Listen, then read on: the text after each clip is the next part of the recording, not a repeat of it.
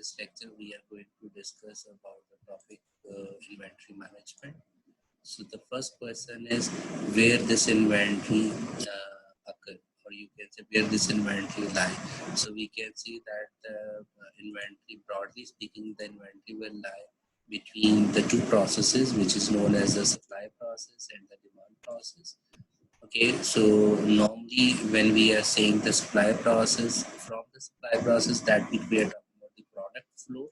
Okay, because the product flow is always live from supplier end to customer end, and from customer end to supplier, it is always the information flow. That is basically the demand in terms of demand. So that's why we are saying that this is the supply process and this is the demand, and the inventory will lie in between.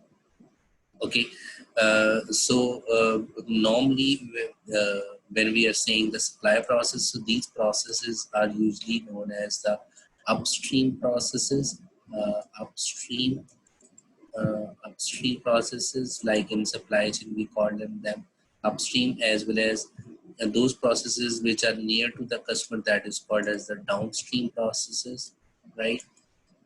So these are the downstream processes. Now the question is why this inventory occurring between these supply and demand processes. So we have multiple suppliers could be possible, and the multiple demand points means multiple type of demand. We will say, like, it could be the external demand, it could be internal, we talk about later. But right now we are saying that why this inventory lie between these two processes, that is due to the mismatch between the supply and demand. Sometimes we produce more compared to the demand, and sometimes we have lesser capacity to produce to meet the demand. This is occurring due to the multiple reasoning, like for example, maybe that was due to the fluctuation in the demand. We are unable to predict appropriately. Okay, that it might be possible we have restricted capacity, that's why we are producing more to meet the demand. Okay, that it might be possible we have the larger lead time, that's why we have to produce quickly to store in the inventory to shorten the lead time. So there are the multiple reasoning that due to that's why due to the multiple reasoning, there is a mismatch between the supply and the demand processes. That's why the inventory occurring between these two processes. Now the question arises, if there is an inventory, that is very essential part for every organization, because they have to store the inventory, or you can say keep the inventory to meet the demand, to satisfy the demand of the customer due to the multiple reasons. So now the question is, what is inventory? So inventory is basically called as the stock of any item. So when we are saying we are stocking the stock of item or resources used in the organization, that would be called as the inventory. So inventory could be any type, could be raw materials inventory, could be finished products inventory. Okay, like we are saying laptops are the finished product inventory. We have the consumer products is the finished good product inventory. We have the raw material or the component inventory. So raw material could be tire, could be considered as a components. Okay, these tools could be considered as a raw material inventories. Okay, so we have the supplies. Okay, so you might say supplies as well as the raw material in the same way, but supplies could be the form of the inventory as well as the work in process inventory. So work in process inventory is the type of inventory that is occurring between the two processes. That means that would be the within the organization. So inventory could be any type, and we are right now talking about if we are stocking this type of inventory, and depending upon the type of inventory, how we should manage it. Okay, so the question is, now we want to manage this inventory. If we are talking about the managing, how should we manage? But before defining the inventory management idea, let me tell you that when we are saying we are stock of an item or resource means while we are defining the inventory. So stock means that is basically we are saying that is a stock keeping unit. That means being retailer or being manufacturer, हम क्या कर लेते हैं, हम every product को एक code assign कर देते हैं. So which is known as, you can see the SKU code, that is a stock keeping unit code. Okay? So that code basically help us to track the product manufacturer as well as the price information. So ये code हम क्यों use कर रहे होते हैं, इसको हम bar code भी कह सकते हैं. ठीक है. सो ये बेसिकली हम यूज कर रहे होते हैं to track the inventory as well as sales. Track the inventory का क्या मतलब है कि जो आइटम हमने अपने पास स्टॉक किए हुए हैं, उन स्टॉकिंग इन्वेंट्री को हम ये देख सकें कि कौन सी प्रोडक्ट कितनी हमारे पास रह गई है, कितनी सेल हो चुकी हुई है, ताकि हम उसका ये देख सकें कि कितनी हमारे पास वो प्रोडक्ट की क्वांटिटी हमारे पास मौजूद है और कितनी वो सेल हो चुकी हुई है. ओके. सो जब हम स्टॉक कीपिंग यूनिट कोड लिख रहे होते हैं या जिसको हम कहते हैं कि बार कोड है, सो दिस इज बेसिकली हमारे पास जो है वो स्टॉक कीपिंग यूनिट कोड कहलाता है, जिसके अंदर आपके पास प्रोडक्ट नेम और उसकी डिस्क्रिप्शन वगैरह इंडिकेट की जाती है. ओके. SKU कोड लिखा जा रहा होता है जो कि यूनिक होता है for every product. Okay. Then this is a bar code. You may have seen कि जब हम मल्टीपल स्टोर्स के ऊपर जाते हैं, they are scanning some code.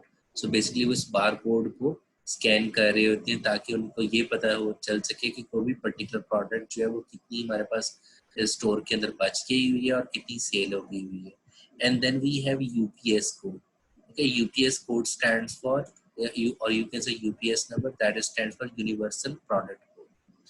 एक चीज याद रखिएगा, universal product code retailer to retailer same रहता है. So that is unique for every retailer. Okay. So this is a unique and जो है, और ये कोड जो है वो हम अकॉर्डिंग टू, ये वाला कोड जो है वो परचेज बकायदा किया जा रहा होता है according to the GSI. GS1 stands for basically general specification standard for the product code, जो कि उसके अकॉर्डिंगली किया जा रहा होता है. जबकि SKU जो है वो रिटेलर्स, ईच रिटेलर खुद से डेवलप कर रहा होता है. Okay. As you can see that के जो यूनिवर्सल कोड है ये प्योर नंबर्स के ऊपर बेस कर रहा होता है, और जबकि SKU जो है वो लेटर्स और नंबर्स का कॉम्बिनेशन होता है. That is a generic standard कि हम इसकी बेसिस के ऊपर इंडिकेट कर रहे होते हैं. ओके जी. एक और चीज याद रखिएगा. सो that mean this is SKU code, this is UPS code, this is UPS code. In this UPS code basically ये जो गैप्स के अकॉर्डिंगली हमें नंबर आ रहे होते हैं, इनकी भी कुछ मीनिंग्स होते हैं. That is basically indicating the prefix, mean हमें मैन्युफैक्चरर के बारे में इंफॉर्मेशन दे रहा होता है, प्रोडक्ट की टाइप के बारे में इंफॉर्मेशन दे रहा होता है. सो उसकी बेसिस के ऊपर ये कोड असाइन किया जा रहा होता है.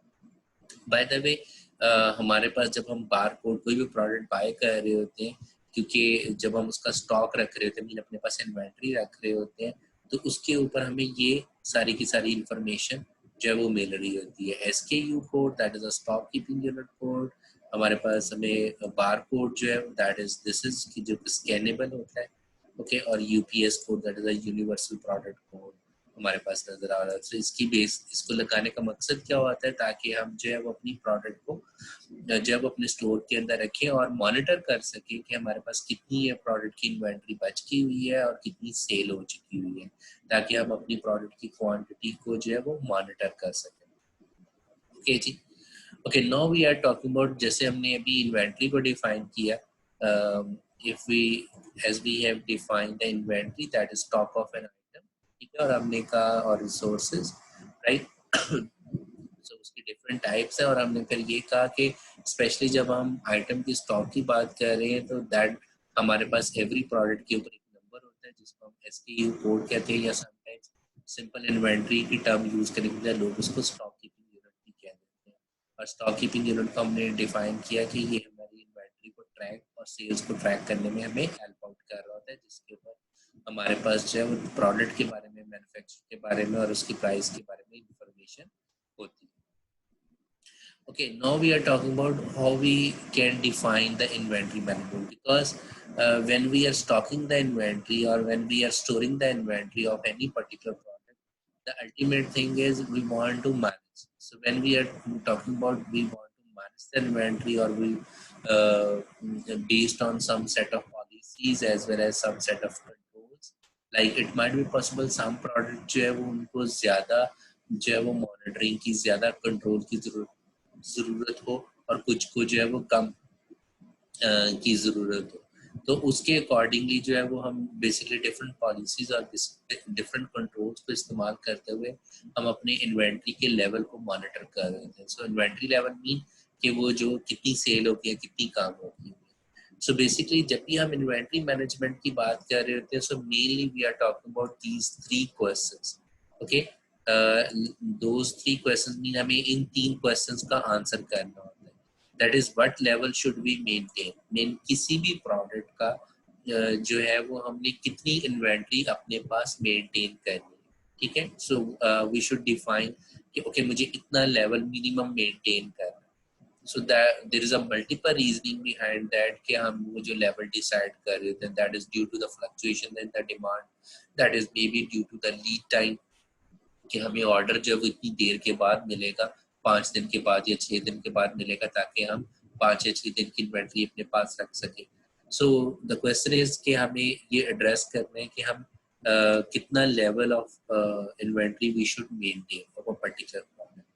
Okay, then next is when the stock should be replenished, कि ये कब खत्म होगा. So we should know that कि हम उसको monitor करते रहें, check out करते रहें कि ये stock कब खत्म होगा, ताकि हम उसके accordingly reorder कर सकें.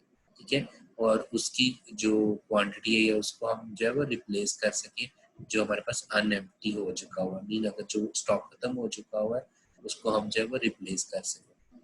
So मीन हमें जो है वो order कब देना है, मीन जो है, ताकि हम अपनी जो फिर खत्म इन्वेंट्री है उसको हम रिप्लेस कर सकें. So how large should be, mean अगर वो इन्वेंट्री खत्म हो रही है और हमें ऑर्डर देना है किसी भी पर्टिकुलर प्रोडक्ट का, तो वो हमें कितनी क्वांटिटी का ऑर्डर दें. सो नॉर्मली जब भी हम इन्वेंट्री मैनेजमेंट की बात कर रहे होते हैं तो हम इन 3 क्वेश्चंस का आंसर करने की कोशिश कर रहे होते हैं कि किसी भी प्रोडक्ट की इन्वेंट्री कितनी होनी चाहिए.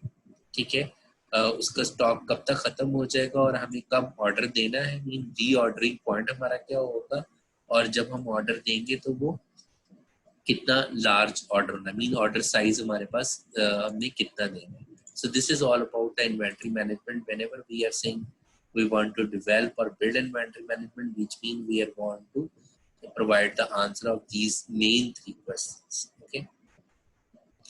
Okay, एक चीज याद रखिएगा कि जब भी हम इन्वेंट्री मैनेजमेंट की बात कर रहे थे, सो इन्वेंट्री और डिमांड फोरकास्टिंग, और यू कैन से डिमांड, जैसे भी हमने देखा शुरू के अंदर कि सप्लाई और डिमांड के पॉइंट ऑफ व्यू से, supply side is basically the product flow. So the ultimate thing is कि product flow should be according to the demand of the customer. So that's why हम कहते हैं कि जो inventory और जो डिमांड ऑफ कस्टमर होता है, they have the close relationship. ठीक है, सो बिकॉज हमने इन्वेंट्री को जो है वो रखा ही इसलिए जा रहा होता है ताकि हम अपनी कस्टमर की डिमांड को as soon as possible meet कर सकें.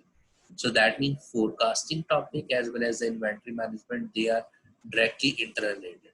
सो फोरकास्टिंग आई थिंक सो आप लोग सप्लाई चेन कोर्स के अंदर पढ़ चुके हो, so इसलिए हम इसको डिस्कस नहीं कर रहे. But so right now in inventory I am telling you that कि हमारे पास जो फोरकास्ट है वो जितना एक्यूरेट होगा हम उतने ही प्रॉपर्ली इन्वेंट्री को मैनेज कर सकते हैं.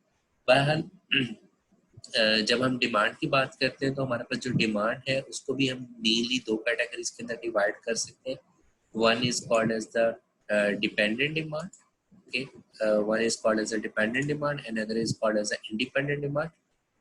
Dependent demand items या dependent demand products, हम उन products को कहेंगे कि जो finished products होती हैं या जो final products होती हैं उनको हम जो है वो कहते हैं कि ये dependent demand के under products आती है. जबकि जो हमारे पास जो है वो जो dependent demand है वो प्रोडक्ट्स होती है जो कि फिनिश प्रोडक्ट के अंदर इस्तेमाल होनी होती है. लाइक फॉर एग्जांपल जैसे मैं कहूँ कि हमारे पास अगर ऑटोमोबाइल या कार एक फिनिश प्रोडक्ट है, सो वो कौन से आइटम्स है जो उस फिनिश प्रोडक्ट के अंदर इस्तेमाल होने हैं, that is body of that car. Okay, tyres हम कह सकते हैं, स्टीयरिंग जो है उसके अंदर यूज होना है, इंजन. सो ये जो आइटम्स है बेसिकली ये उस प्रोडक्ट के उस प्रोडक्ट फिनिश प्रोडक्ट के अंदर इस्तेमाल होने चाहिए। सो हमारे पास जो मेन डिमांड आ रही है दैट इज कार, ठीक है, जबकि उसके जो कंपोनेंट्स हैं, ये जो आइटम्स हैं, वो बेसिकली डिपेंड कर रहे हैं किसके ऊपर, फिनिश प्रोडक्ट की डिमांड के ऊपर। सो दैट मीन कार की जो डिमांड है वो इंडिपेंडेंट डिमांड है, that is from the external customer, और उसी की बेसिस के ऊपर जो है वो आइटम्स की डिमांड को आइडेंटिफाई कर रहे होते हैं कि अगर एक कार चाहिए so that mean we need 4 tyres, we need 1 engine, ठीक है, we need 1 body and so on. So basically dependent demand जो है that is totally based on the independent demand. So independent demand is always based on the final product, ठीक है, like जैसे अभी अपने example ली कि ऑटोमोबाइल है या कंप्यूटर्स है, ठीक है, वो उनकी डिमांड के पॉइंट ऑफ व्यू से हम आइडेंटिफाई कर रहे होते हैं कि उस फिनिश प्रोडक्ट के अंदर वो जो आइटम्स हम इस्तेमाल कर रहे हैं या कंपोनेंट्स जो हम इस्तेमाल कर रहे हैं, वो उनकी डिमांड जो है वो इस इंडिपेंडेंट डिमांड की बेसिस के ऊपर कैलकुलेट की जा रही है। सो विच मीन कि जब हम फोरकास्टिंग की बात कर रहे होते हैं तो हम डिपेंडेंट डिमांड की डिमांड को बिल्कुल फोरकास्ट नहीं कर रहे होते, हम इंडिपेंडेंट डिमांड को फोरकास्ट कर रहे होते हैं। सो इसी को जो है वो मैं विद डायग्राम भी रिप्रेजेंट करने की कोशिश करता हूँ। सो बेसिकली यहाँ पे हमारे पास क्या है कि जो इंडिपेंडेंट डिमांड है that is a finish product. So A is a finish product, ठीक है, जो कि डिमांड होती है और जो कि एक्सटर्नल कस्टमर की तरफ से होती है, जिसको हम फोरकास्ट कर रहे होते हैं, प्रोडिक्ट कर रहे होते हैं। And obviously based on that prediction, based on that forecast जो हम कर रहे थे, लाइक जैसे भी हम एग्जांपल ले रहे थे ऑटोमोबाइल की, कि हमें अगर जी 1000 ऑटोमोबाइल्स चाहिए या 4000 कार्स चाहिए, तो उसी के अकॉर्डिंगली हम इंडिकेट कर रहे थे कि how many component of B required to complete this one product, how many component of C required to complete this final product, and then B को complete करने के लिए मुझे D के कितने component चाहिए। So इस चीज को हम entire चीज को bill of material या BOM हम कहते हैं, bill of material। So that is called as कि आपके पास एक प्रोडक्ट, फाइनल प्रोडक्ट को बनाने के लिए जो कंपोनेंट्स जो डिफरेंट रिक्वायर हैं, जो एक दूसरे पर डिपेंड कर रहे थे, वो हमें क्या चाहिए। सो यूजुअली हमारे पास जो अनसर्टेन होती है demand, that is the independent product demand, जो फाइनल प्रोडक्ट होती है जिसको हम प्रिडिक्ट कर रहे होते हैं, और जो डिपेंडेंट डिमांड होती है वो सर्टेन होती है। So once we know that कि हमें कितनी कार्स बनानी है, तो हमें ये पता है कि कितने टायर्स हमें रिक्वायर्ड होंगे, हमें कितनी इंजन रिक्वायर्ड होंगे, हमें कितने स्टीयरिंग रिक्वायर्ड होंगे, ठीक है। So that mean, so this is the main thing. So जब हम इन्वेंट्री मैनेजमेंट की बात कर रहे होते हैं, so remember that we always mainly talking about the finish product demand, ठीक है। एक और चीज याद रखिएगा सो ये इस चीज के ऊपर भी डिपेंड कर रहा होता है कि आपके पास सप्लाई चेन में भी आपने नाम सुना होगा B2C, that is business to customer, as well as B2B, that is business to business. So it जो डिपेंडेंट जो जो कंपोनेंट होते हैं, समटाइम्स उनको हम इंडिपेंडेंट भी ले सकते हैं, specially in terms of B2B perspective. Okay, बहरहाल याद रखिएगा कि जब भी आपके पास जो प्रोडक्ट की डिमांड है, जब हम प्रेडिक्ट कर रहे हैं, जब हमें फोरकास्ट करनी पड़ रही होती है due to the external demand, that is the uncertain, और उसी की उसको फिर हम जाहिर बात है प्रेडिक्ट करना, ठीक है। As you may know that कि हमारे पास जो फोरकास्टिंग के अंदर हमने डिफरेंट तरह के एरर्स पढ़े कि जितना एरर होता चला जाएगा, इट मीन हमें इंडिकेट कर रहा होगा कि वो फोरकास्ट उतनी इनएक्यूरेट है। सो बहरहाल सो इन्वेंट्री जो है वो बहुत क्लोजली रिलेट कर रही होती है आपकी डिमांड ऑफ द फोरकास्ट के। Okay, now we know that कि हमारे पास जो इन्वेंट्री को जो है वो हम क्लासिफाई कर सकते हैं इनटू द 5 कैटेगरीज। जो हमारे पास फंक्शन क्लासिफिकेशन इन्वेंट्री के, that is a 5 category. The first category is the pipeline inventory, or you can say the work in process inventory. So pipeline inventory या work in process inventory कहाँ पे exist कर रही होती है? That is lying between the two adjacent workstations, ठीक है। So जब दो workstations के दरमियान हमारे पास जो inventory लाई कर रही होती है, या दो distribution system centers के दरमियान हमारे पास जो inventory लाई कर रही होती है, that is called as a pipeline inventory। और इसको एनालिसिस करने के लिए हमने एक रूल भी पढ़ा था विच इज लिटल्स लॉ, ठीक है। सो बेसिकली इस लिटल्स लॉ की बेसिस के ऊपर ही जो है हम इस इन्वेंट्री की कैलकुलेशन कर रहे होते हैं। सो आई जो है that is in terms of inventory language हम इसको कहते हैं एक्सपेक्टेड ऑन ऑर्डर इन्वेंट्री, कि कितनी हमारे पास जो है हमने इन्वेंट्री को ऑर्डर करना है, ठीक है, मीन कितनी हमें ज़रूरत पड़ेगी इसकी, that is depend on expected demand on period which is the flow rate, ठीक है, कि कितनी यूनिट जो है वो पर यूनिट ऑफ टाइम हमें रिक्वायर्ड है, multiply by T means flow time, that is in inventory that is called as order lead time, okay, कि मीन ऑर्डर देने और ऑर्डर डिलीवर होने तक के कितना हमें टाइम लगेगा। सो विच मीन वहाँ से अगर हमें डिमांड रेट पर यूनिट ऑफ टाइम हमें पता है, हमें लीड टाइम पता है, ठीक है, कि कितनी देर में मिलेगा, तो वी कैन कैलकुलेट कि हमें कितनी इन्वेंट्री जो है वो रखनी चाहिए to meet this demand, okay.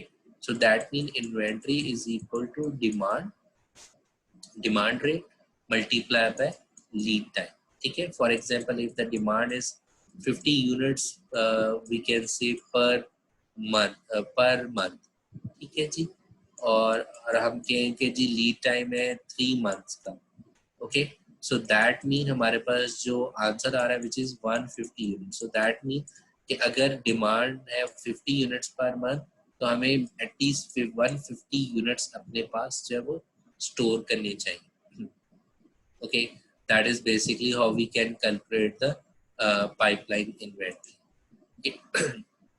So pipeline inventory is lying between the two adjacent workstations.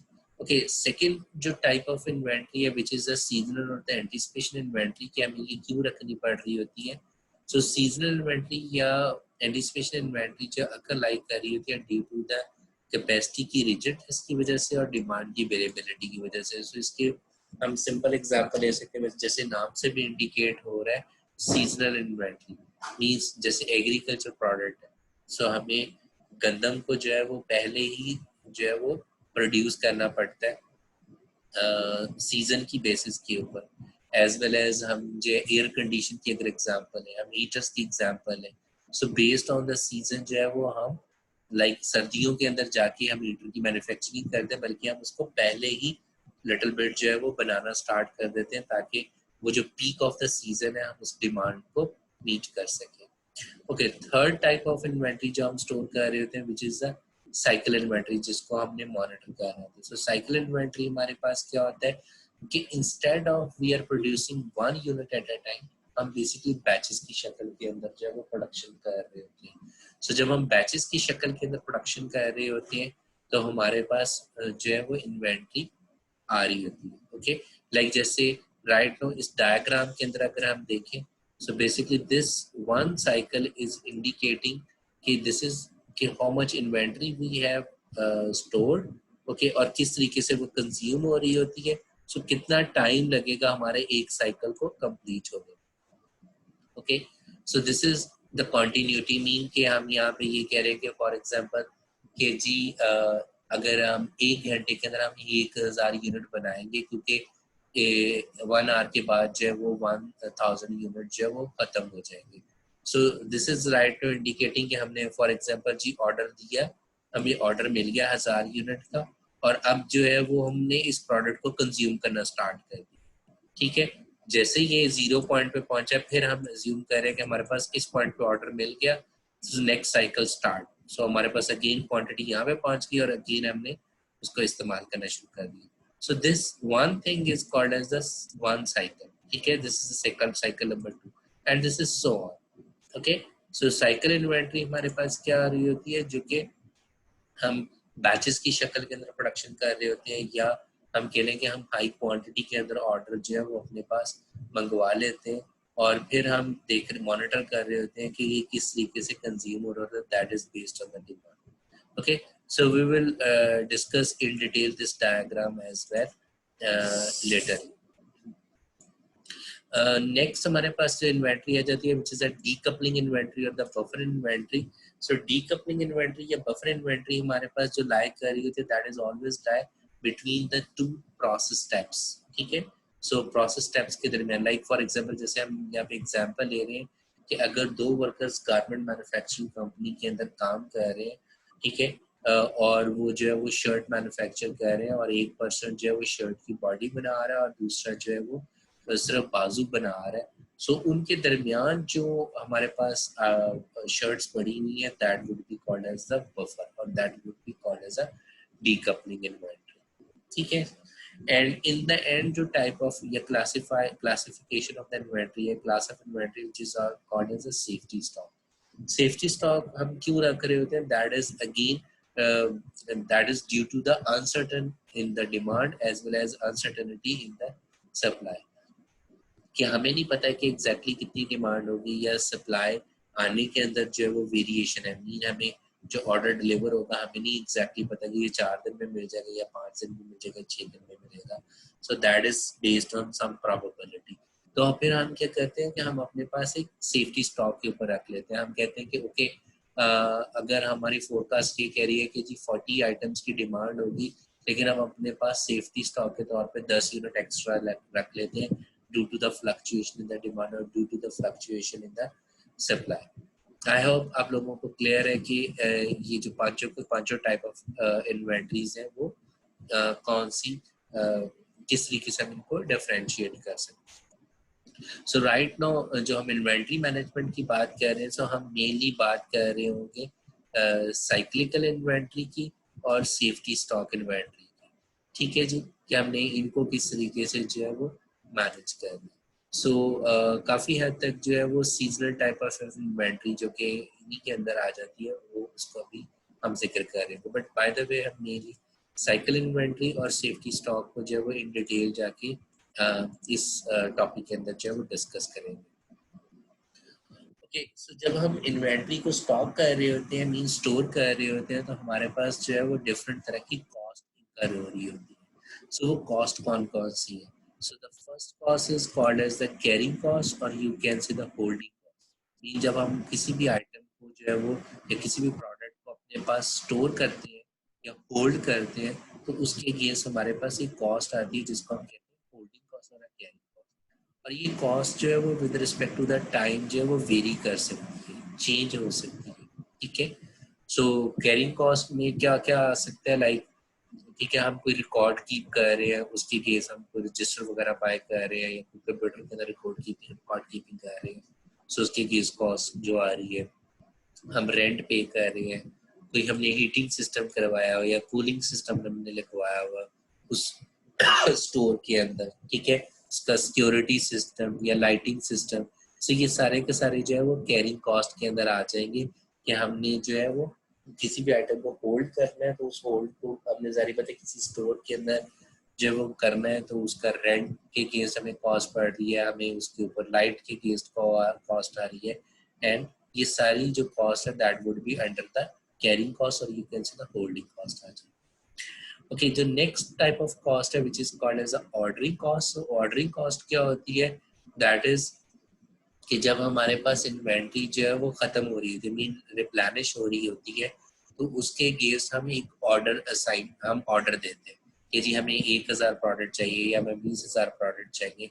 So obviously उस ऑर्डर की एक कॉस्ट होगी, मीन जिसके अंदर हम जो है वो सबसे पहले तो परचेज के हम उसकी प्राइस पे कर रहे होंगे कि ओके 1000 प्रोडक्ट की इतनी प्राइस होगी, सो उसकी परचेज ऑर्डर की हमारे पास एक कॉस्ट आ रही होती है, ट्रांसपोर्टेशन और शिपिंग की कॉस्ट आ रही है, मीन ट्रांसपोर्टेशन कॉस्ट आ रही है, सो हम जो उसकी इंस्पेक्शन कर रहे हैं हमें लेबर कॉस्ट आ रही है, ठीक है। उसको जब हम रिसीव करके स्टोर के अंदर शिप कर रहे हैं अपने वेयर हाउस के अंदर, सो उसके केस एक कॉस्ट आ रही है, सो ये सारी की सारी ऑर्डरिंग कॉस्ट के अंडर आ जाती है। And the third thing is called as the shortages cost. So shortages cost क्या होती है कि हम जब डिमांड को मीट नहीं कर पाते, सो दैट मीन हम माइट बी पॉसिबल कि अगर हमें कस्टमर कहते हैं कि जी मुझे 1000 प्रोडक्ट चाहिए, हम कहते हैं मेरे पास 1000 प्रोडक्ट नहीं, मेरे पास 800 प्रोडक्ट है, सो विच मीन कि वो जो 200 है that is the shortage cost. So हम सेल को लॉस कर रहे हैं, हम डिमांड को मीट नहीं कर पा रहे, हमारे पास उतनी इन्वेंट्री मौजूद नहीं है, so this is also called as कि ये कस्टमर की हम कस्टमर को लूज कर रहे हैं, तो दैट मीन हम अपनी गुडविल को लूज कर रहे हैं क्योंकि हम अपनी कस्टमर की डिमांड को या उसको हम सेटिस्फाई नहीं कर पा रहे। Okay, so these shortage cost sometimes जो है वो कह रहे होते हैं कि हम बैक ऑर्डरिंग कॉस्ट है, ठीक है, ड्यू टू द शॉर्टेज हम बैक ऑर्डर करके वो उसको फुलफिल करने की कोशिश करते हैं, तो जाहिर बात है ये हमें एक एक्स्ट्रा कॉस्ट पड़ रही होती है। And this shortage cost, or you can say the back order cost, has an inverse relationship with the carrying cost. So अगर carrying cost increase हो रही है तो obviously shortage cost decrease हो रही होगी, और अगर carrying cost जो है वो decrease हो रही है तो shortage cost increase हो रही होगी. So this is, they have the inverse relationship, right? So these are the three main categories जो हम cost को divide कर सकते हैं, carrying or you can say holding cost, ordering cost as well as a shortage cost. और हमें करना क्या होता है कि हमें एक ऐसा ब्रेक इवन पॉइंट कैलकुलेट करना होता है जिनके अगेंस्ट हम इन कॉस्ट का जो है वो हम ये चाह रहे थे कि जो मिनिमम कॉस्ट जो है उन तमाम कॉस्ट का जो सम है वो मिनिमम से मिनिमम है. सो वो हम कैसे कैलकुलेट करेंगे, that is depending upon different inventory models, जो कि हम लेटरली जाके डिस्कस करेंगे. Okay, the next point is कि द फर्स्ट थिंग, जब भी हम इन्वेंट्री को मैनेज करने की बात कर रहे होते हैं तो हमें ये आइडेंटिफाई करना होता है कि जो हम स्टोर के अंदर जाके अपने डिफरेंट तरह के प्रोडक्ट्स को जाके स्टोर करवा रहे होते हैं तो हम बेसिकली उन प्रोडक्ट को क्लासीफाई करते हैं. सो क्लासीफाई किस बेसिस के ऊपर हम कर रहे होते हैं, हम क्लासीफाई कर रहे होते हैं बेस्ड ऑन देयर यूजेज के ऊपर as well as based on their monetary value, वो कितनी कीमती प्रोडक्ट है. ठीक है जी. सो हमारे पास इन्वेंट्री के अंदर एक सिस्टम अवेलेबल है which is called as ABC classification system to basically you can say to classify the different types of product. Like आप लोगों ने क्वालिटी मैनेजमेंट के अंदर टॉपिक पढ़ा होगा परेटो एनालिसिस, सो ये काफी हद तक उससे मिलता जुलता आइडिया है. सो एबीसी क्लासिफिकेशन के अंदर भी हम बेसिकली क्या कर रहे होते हैं, हम डिफरेंट तरह की प्रोडक्ट को क्लासिफाई कर देते हैं.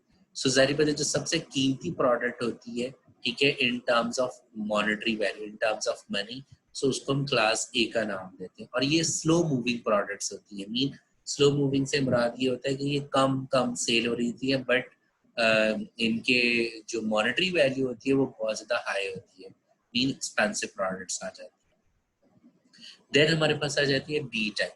सो इन ये भी हम इनको डिफरेंशिएट कर लेते हैं with respect to quantity as well as their monetary value. And then we have a class C. ठीक है. सो क्लास सी जो आइटम्स होते हैं ये सबसे ज्यादा फास्ट मूविंग जो है वो प्रोडक्ट्स होते हैं. ओके, सो फास्ट मूविंग है तो बट इनकी जो मॉनेटरी वैल्यू होती है इन टर्म्स ऑफ मॉनेटरी ये काफी कम जो है वो होते हैं. ओके जी.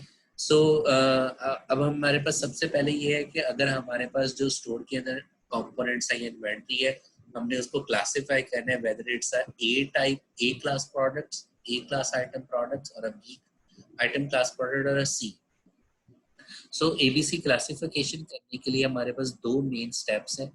नंबर वन जो स्टेप है एबीसी क्लासिफिकेशन को अप्लाई करने का, दैट इज कि हम जो है वो हर आइटम की जो है वो मॉनेटरी वैल्यू कैलकुलेट करते हैं. मीन यहाँ पे हम कह रहे हैं कि डॉलर वैल्यू कैलकुलेट करते हैं. सो डॉलर वैल्यू कैलकुलेट करने का या मॉनेटरी वैल्यू कैलकुलेट करने का तरीकेकार क्या होगा, that is cost per unit, cost of a one unit multiply by annual demand of that.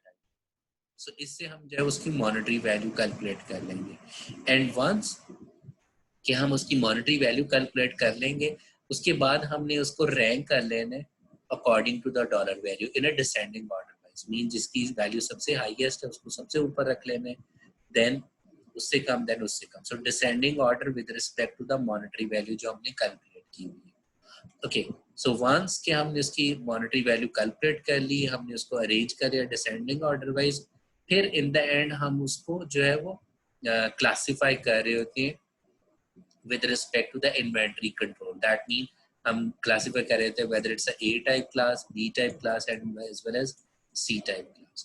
Okay, एक और चीज याद रखिएगा कि जितना हायर लेवल क्लास होगी उसको उतना ही इन्वेंट्री कंट्रोल जो है वो ज्यादा रिक्वायर्ड होगा. मीन हमें उसका मॉनिटरी सिस्टम ज्यादा से ज्यादा अच्छा रखना पड़ेगा, टाइटर इन्वेंट्री कंट्रोल रखना पड़ेगा, क्योंकि ए टाइप प्रोडक्ट जो है वो ज्यादा एक्सपेंसिव है. इट मीन हमें उसकी डिमांड के अकॉर्डिंगली जो है वो देखना पड़ेगा कि हमें उसको क्लोजली देखना पड़ेगा कि ऐसा ना हो कि हम डिमांड से ज्यादा प्रोडक्ट रख ले.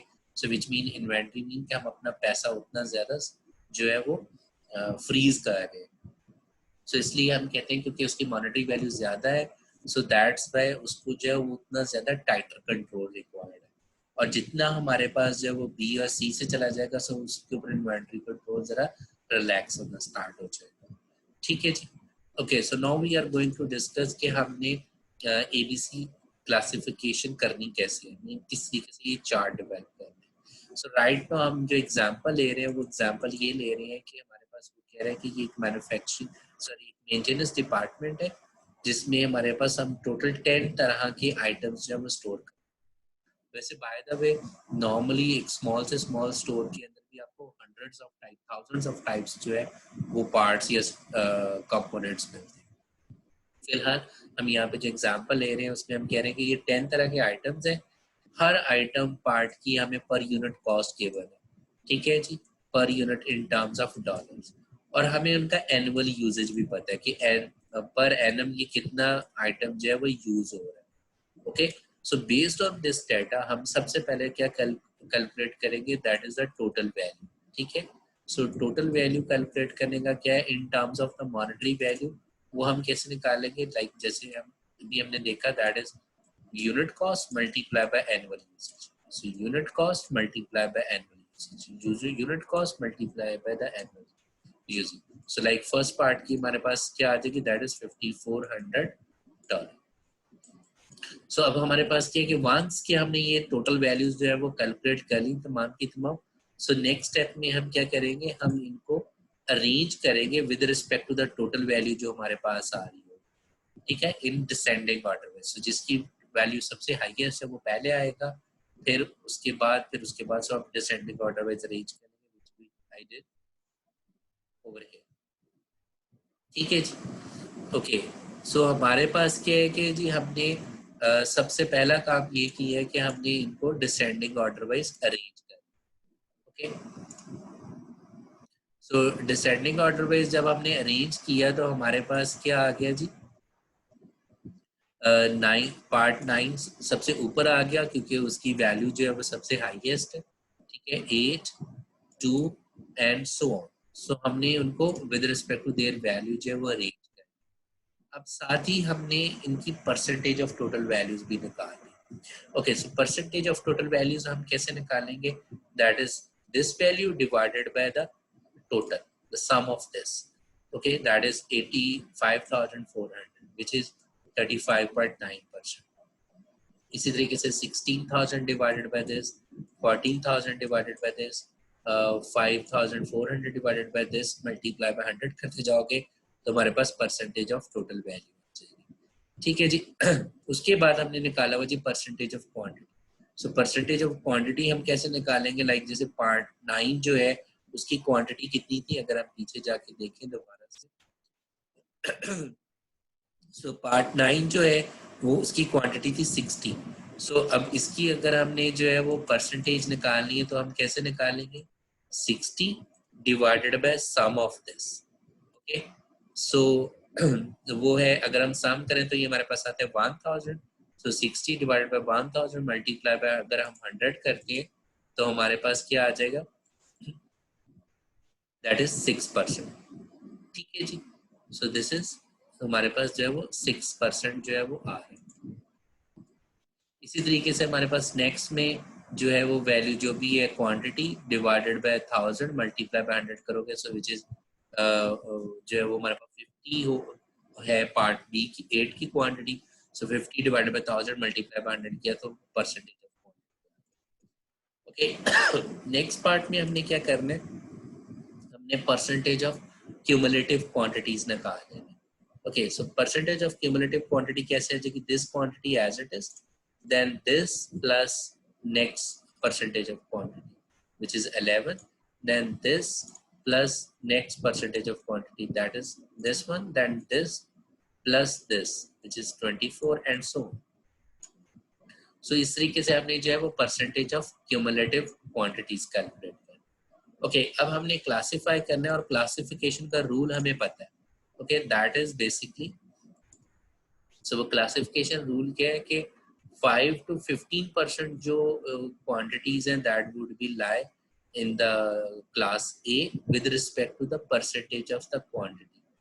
जबकि उनकी अगर हम डॉलर वैल्यू के लिहाज से देखें तो उनकी डॉलर वैल्यू बनी चाहिए बिटवीन 70 to 80%.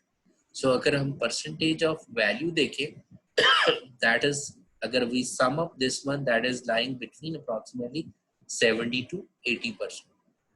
और परसेंटेज ऑफ क्वांटिटी जो है वो एग्जैक्टली 15% बनती है. बहरहाल we can classify into 5 to 15%. ठीक है.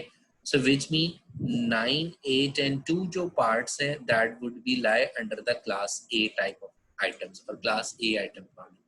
So इन product को जो है वो ज़्यादा closer look चाहिए to monitor these quantities क्योंकि इनकी monetary value यानी कि expensive items हैं और ये slow moving items हैं generally.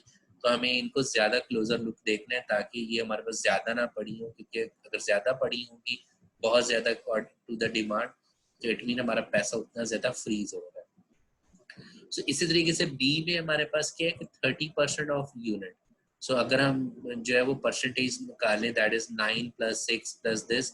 So this is approximately हमारे पास क्या बनता है दैट इज रफली 25%. सो 25 to 30% जो है उसको हम कैटेगराइज करें इनटू द बी कैटेगरी. ठीक है. जबकि मॉनेटरी वैल्यू के पॉइंट ऑफ व्यू से क्या 15% अप्रॉक्सीमेटली होना चाहिए. So that is if we sum up this one this is approximately 15%. So that's why हम क्या कह रहे हैं 1, 4 और 3 जो है उसको हम class B type of items कह रहे हैं और जो रिमेनिंग बच जाएंगे that is class C type of items. As we have discuss that कि जो क्लास सी होती हैं मॉनेटरी वैल्यू वाइज ये कम होते हैं और एज वेल एज ये फास्ट मूविंग होते हैं. सो इसके ऊपर हम लिटिल बिट जो अपना इन्वेंट्री कंट्रोल या पॉलिसी है वो लिटिल बिट रिलैक्स रख सकते हैं. बट जैसे जैसे हम अपर साइड की तरफ चले जाएंगे उनको उतना ही टाइटर मॉनिटरिंग कंट्रोल रिक्वायर्ड होगा. हमें उतना ही ज्यादा प्रॉपर इन्वेंट्री को जो है वो मेंटेन करना पड़ रहा होगा. I hope this is clear. So see you in the next video lecture for the upcoming lectures.